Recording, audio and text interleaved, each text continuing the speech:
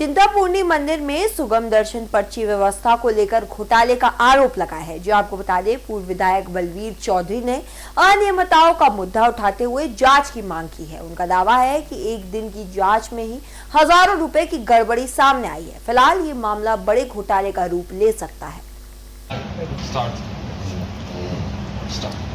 सभी भाई बहनों को नमस्कार। कांग्रेस सरकार ने छिन्नमस्ती का धाम चिंतपूर्णी मंदिर में सुगम दर्शन पर्ची शुरुआत की थी। हमने उस वक्त भी इस पर्ची का विरोध किया था कि ये कांग्रेस सरकार हिंदू आस्था से खिलवाड़ कर रही है।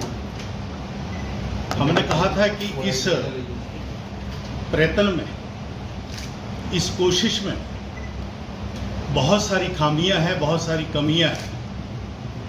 एक दिन ऐसा भी आएगा जब इसमें भ्रष्टाचार की बू आएगी।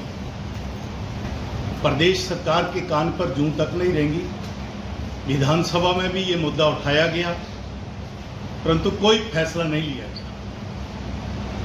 जब से यहाँ से हमारे जो जिलाधीश थे राघव शर्मा जी, वो गए, उसके बाद इस सुगम दर्शन पर्ची के अंतर्गत भ्रष्टाचार शुरू हो गया। और केवल मात्र ये जो वर्तमान तहसीलदार हैं, वहाँ पे टेम्पल अफसर हैं, इन्होंने एक दिन की चेकिंग करी, 19 जून 2026 की।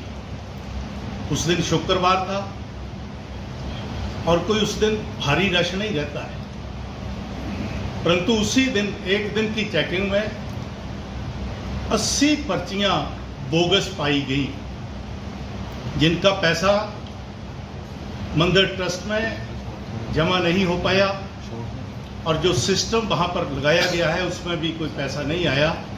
एक ही फोन पर और एक ही IQ में वो पैसा जमा करवाने के बाद भी जमा नहीं हो पाया। मेरा सरकार से निवेदन है और जिलाधीश और SDM अम्ब जो चिंतपूर्णी ट्रस्ट में भी शामिल हैं, उनसे भी मेरा कहना है कि आपने 3 दिन पहले FIR दर्ज हुई, परंतु इन 2-3 दिनों में कोई भी ऐसा प्रयास नहीं हुआ कि वहाँ पर जो जिम्मेवार लोग हैं उनको हटाया जाए, उनके अगेंस्ट कुछ कार्रवाई की जाए। मुझे लगता है कि प्रदेश सरकार के दबाव में जिला प्रशासन इस भारी घपले को दबाने का प्रयास कर रहा है। ये बहुत बड़ी घपला है। केवल मात्र एक दिन में ही लगभग 88,000 का फ्रॉड हुआ है। अगर इन 2.5-3 सालों में इसे नियमित तौर पर चेक किया जाए, किसी निष्पक्ष एजेंसी से चेक करवाया जाए या विजिलेंस के कोई ऐसे अधिकारी जिन पर कोई आरोप ना हो, उनसे इसकी चेकिंग करवाई जाए, तो करोड़ों रुपए का घपला सामने आने वाला है।